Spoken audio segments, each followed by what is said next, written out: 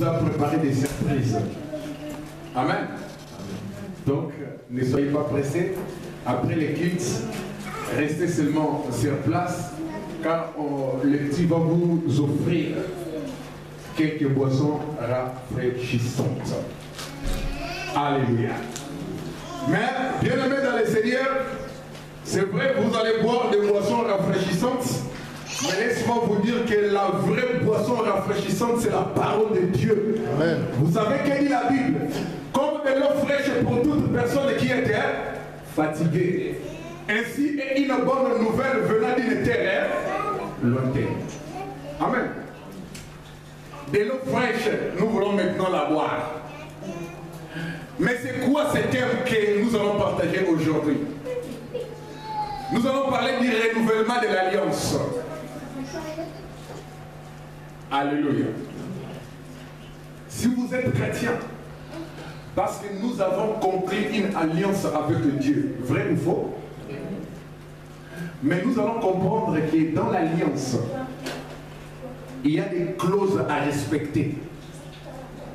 Alléluia. Ouvrons nos Bibles, nous allons le voir. Genèse chapitre 17. Nous allons parler d'Abraham. Parce que l'une des meilleures alliances conclues dans la Bible, il s'agit de cet homme. Mais que dit la Bible à propos de notre patriarche, notre ancêtre Abraham? Nous partons du côté de Genèse, comme je dis tout à l'heure, chapitre 17, et nous allons lire quelques versets. Alléluia. À partir du 9e verset, Genèse 17, 9, moi, ma Bible me dit, Dieu dit à Abraham, tu garderas quoi? Qui peut lire à ma place? Mon alliance.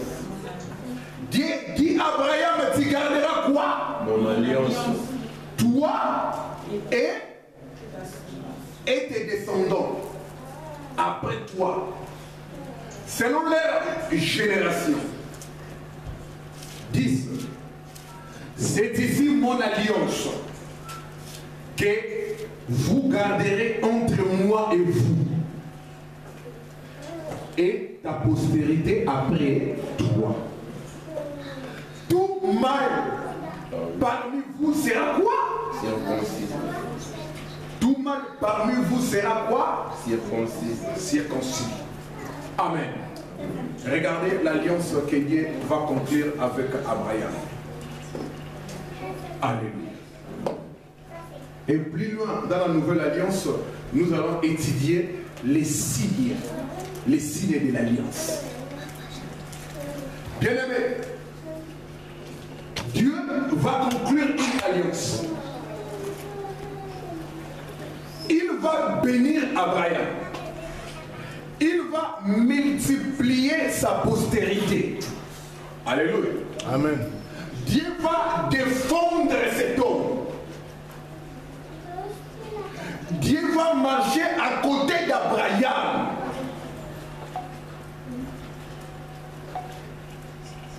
Dieu va combattre à la place d'Abraham.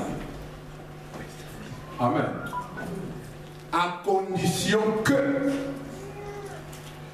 vous me suivez, que tout mâle soit quoi? Circoncis. C'est ça la condition.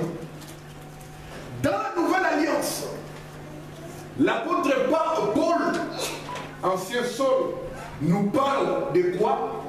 De la circoncision. Vous les garçons, vous n'avez pas les problèmes parce que vous le savez mieux que quiconque. Quand il y a la circoncision, il y a quelque chose qui sort là, c'est quoi? C'est le sang qui sort. Et la circoncision fait sourire. Fait quoi? Fait pleurer. Or, l'apôtre Paul nous dit, la circoncision qui s'est passée entre Abraham et sa postérité, dans l'ancienne alliance, dans la nouvelle alliance, ce n'est plus une circoncision charnelle. C'est devenu une circoncision spirituelle, c'est-à-dire quand on accepte Jésus-Christ en nous, on ne doit plus trouver les œuvres de la chair. C'est dépouiller du vieil homme. C'est pour ça qu'il dit, j'étais une ancienne créature. Amen. Dès lors que je reçus Jésus-Christ, je suis devenu une nouvelle créature. Avant Paul, il y a Jean, du côté du Nouveau Testament, qui l'explique encore mieux. Il dit quoi? Dans Jean chapitre 1, versets 10 à 12. À tous ceux qui l'ont reçu, à tous ceux qui croient en son nom, il leur a donné quoi? De devenir enfants de Dieu. Si on devient enfant de Dieu, c'est que jadis nous étions enfants de qui? Du diable. Alléluia. Amen. Parce que le verbe devenir, c'est être ce que tu n'étais pas avant. Vous les Français, vous pouvez mieux expliquer que moi, l'angolais ou hispano-angolais. Alléluia. Amen. Amen. Bienvenue dans le Seigneur. Jean nous explique que nous sommes devenus enfants de Dieu. Nés selon la volonté de la chair? C'est la volonté de mes parents? Non. C'est la volonté de qui? De Dieu. De Dieu. Alléluia. Bien aimé, j'explique à quelqu'un. Le monde nous enseigne des maladies héréditaires. Donc, c'est-à-dire, si dans votre famille, il y a un parent qui a souffert du cancer ou mort du cancer, de l'hypertension artérielle, de ce que vous appelez le rupture d'anévrisme, quoi encore, les accidents vasculaires cérébrales, en abrégé AVC, vous aussi, vous avez un risque de l'attraper. Amen. Là, c'est charnellement parlant. Mais spirituellement parlant, mes parents, Dieu les a utilisés pour que moi je puisse sortir de ces mondes. Comme Dieu a utilisé Marie pour faire sortir qui? Jésus. C'est tout. Donc c'est pour cela, recevoir Jésus-Christ bien-aimé dans le Seigneur, obéissons à ce qu'on appelle l'alliance. L'alliance, il y a la part de Dieu. Alléluia. Il y a la part de qui? De nous. La part de Dieu, c'est la protection. C'est l'assurance. La part de Dieu, c'est une très bonne santé. Un très bon sommeil. La part de Dieu, c'est combattre les forces ténébreuses à notre place. La part de Dieu, c'est nous accorder les salis. Amen. La part de Dieu, c'est marcher à côté de nous. Mais ta part, c'est quoi? L'obéissance absolue à la parole du Seigneur. Amen. Vivre une vie de la repentance. Vous savez, nous vivons actuellement dans un pays ou dans un monde où tout est toléré, à condition que vous ne touchez pas la loi, n'est-ce pas? La Bible interdit l'homosexualité, notre gouvernement l'a adoptée avec une majorité absolue à l'Assemblée nationale. Alléluia. Amen. Vrai ou faux? C'est vrai. Ça veut tout simplement dire que, comme le conducteur a dit tout à l'heure, les réalités ne peuvent pas prendre la place de la vérité. La vérité, c'est Jésus-Christ. Et la vérité, c'est la parole de Dieu. Amen. On ne pourrait jamais sortir de la parole de Dieu. Mais c'est pour cela qu'aujourd'hui, nous sommes en train de parler du renouvellement de l'alliance. Bien aimé, le monde va mal. Si nous ne retournons pas à l'alliance que nous avons conclue avec l'Éternel, bien aimé, nous préparons notre chemin lent mais sûrement vers l'enfer. Et nous croyons que ça va, tout va bien, c'est comme ça. Lui fait, Moi aussi, je peux le faire. Donc, c'est pas grave. Alléluia. Amen. Église du Christ, il est si facile d'aller assister au concert de Beyoncé et de Jay-Z. Tu fais seulement de venir à l'église. C'est la réalité. Pour venir à l'église, il y a des conditions. Je suis fatigué. J'ai travaillé durement. J'étais parti assister dans une fête. Comme hier, il y avait une fête à l'église. Et les gens qui ont regardé la fête, je ne les vois pas. Mais moi, j'étais avec eux dans la fête. Parce que ce soit deuil ou fête, je suis obligé d'être là. Dieu m'a placé dans une position de serviteur. En français. Mais en grec, ça veut dire esclave. Parce que si je ne viens pas dans ta fête, or j'étais parti à la fête de Markelly. Ah, Yékout à Kabonaka, c'est ce qu'on dit, non? Chez moi, il n'était pas là. Mais là-bas, il est parti. Parce que là-bas, on lui donne. Non, nous n'avons pas besoin de ça. J'ai besoin de faire ce que la parole de Dieu dit. Amen. Alléluia. Amen. Donc, c'est-à-dire, je suis tellement fatigué, mais tu dois me voir chez toi même pour une demi-heure. Entre parenthèses, on continue. Bien-aimé dans les Seigneurs, renouveler ton alliance te place dans la position de supériorité. Alléluia. Amen. Mais cela ne veut pas dire, si Dieu te protège, si Dieu t'assure la santé, si Dieu marche avec toi, tu es épargné des épreuves. Oublie cela. Genèse chapitre 22. Le même homme que Dieu a donné la victoire sur beaucoup de rois. Le même homme qui a rencontré même Melchisedec. Abraham a rencontré Melchisedec. Or, les souverains sacrificateurs selon l'ordre de Melchisedec, selon Hébreu, c'est qui? Jésus. Alléluia. Mais cet homme-là ne sera pas épargné. Alors du côté de Genèse chapitre 22, vous allez voir qu'est-ce qui va arriver à Abraham. Cela arrive aussi dans votre vie. Mais vous vous doutez et vous plairez. Mais qu'est-ce qui va arriver à cet homme? Écoutez, Genèse 22 au premier verset, la Bible dit, après ces choses, Amen. Qui peut m'expliquer après ces choses? Qui pourrait m'expliquer? Après ces choses, ça veut dire quoi? Après l'alliance accomplie avec Dieu, après le miracle qu'un homme de 100 ans a vu avec une femme de 90 ans, vous les Belges vous dites de 90 ans, n'est-ce pas? Ouais. Alléluia. Amen. Qu'est-ce qui s'est passé avec l'homme de 100 ans et la femme de 90 ans, 90 ans? Ils ont eu un enfant. Oui, un enfant va naître qui s'appelle Isaac. Regarde ce que Dieu va faire. Il va dire, Abraham, il répondit, me voici. Dieu dit, prends ton fils, ton unique. Je rappelle à quelqu'un, à cette époque-là, Ismaël était déjà parti. C'est pour cela que Dieu parle de ton unique. Mais quand Dieu conclut l'alliance avec Abraham, dans Genèse 17, Ismaël était encore là. Abraham va même dire à Dieu, oh, qu'Ismaël vive. Dieu va dire à Abraham, non, ça ne sera pas Ismaël. Alléluia. Amen. Là, c'est 17. Bien aimé, les choses anciennes sont passées. Maintenant, on arrive à 22. Quelle dit la parole? Prends ton unique, celui que tu aimes. Il précise, Isaac. Bien aimé, avec Dieu, c'est la précision.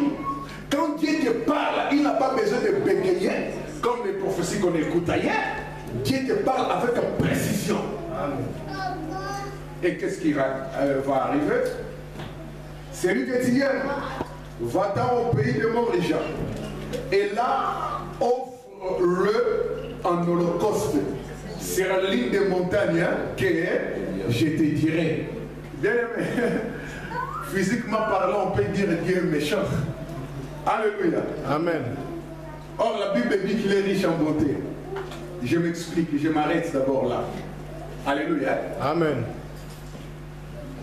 Ismaël était parti, oui ou non? Abraham était déjà avancé en âge, oui ou non? Sarah n'en parlons pas, oui ou non? Mais comment Dieu va redemander encore Isaac? Amen. Amen. Moi j'appelle ça, c'est un mystère. C'est un mystère des contradictions avec Dieu. C'est Dieu qui a béni le couple d'Abraham en donnant un enfant. Mais comment Dieu peut redemander sa bénédiction? Dieu n'avait pas besoin de redemander Isaac. Dieu voulait seulement voir si Abraham était obéissant à sa parole. Quelqu'un me comprend? Amen. Vous savez, Dieu a déjà tracé une destinée pour toi, glorieuse. Un plan merveilleux, rien à dire. Les prophètes l'ont confirmé. Mais le problème, Dieu, il y a des fois, il redemande ce qu'il t'a donné avant. Mais si tu refuses, c'est que tu as violé l'alliance. Ou tu as brisé l'alliance. Abraham l'a compris. Abraham, en le comprenant, Abraham n'avait pas voulu briser l'alliance jadis concrète. Amen. Ami de Dieu, Père de la foi. Vous savez pourquoi? Parce que lui, dans sa tête, hein, il croyait que Dieu était capable, même s'il allait tuer Isaac, Dieu était capable de ressusciter son fils. C'est pour cela, arrivé une fois sur la montagne de Moria. Alléluia. Amen. Lié symbolique, si vous partez du côté des chroniques, c'est sur cette montagne-là qu'un roi va construire le temple.